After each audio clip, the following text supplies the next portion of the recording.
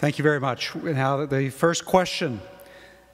The origin and meaning of the term separation of church and state has become quite controversial in today's polarized political environment. What does the term mean to you, and does it accurately reflect what you believe to be the proper role of religion in the public square? Dinesh.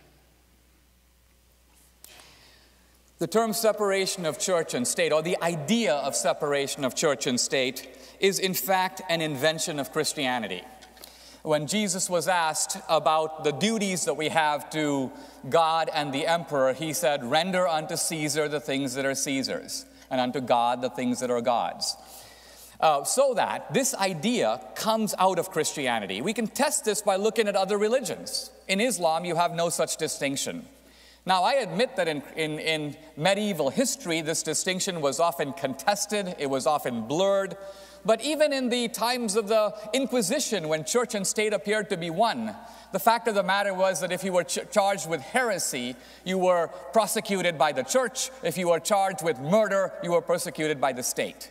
So this distinction is in fact invented by Christianity, and it's one of Christianity's gifts to Western civilization. What strikes me today is that we are victims of a particularly perverse reading of that phrase. Separation of church and state as it's interpreted today basically means this.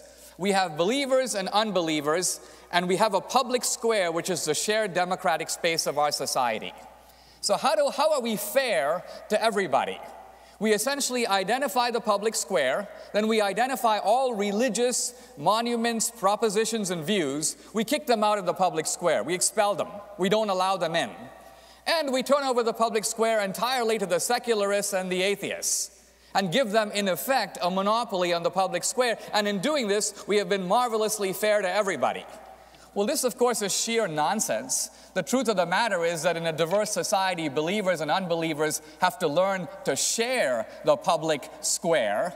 And it's a little just for unbelievers to take their opinions and label them reason, and take the believers' opinions and label them unreason, and then declare them to be somehow excommunicate from the public square. That's something no church even would be so intolerant as to pretend to do. And so it seems to me that separation of church and state, in principle, a great idea. As it is enforced, it essentially makes religious believers of all stripes into second-class citizens.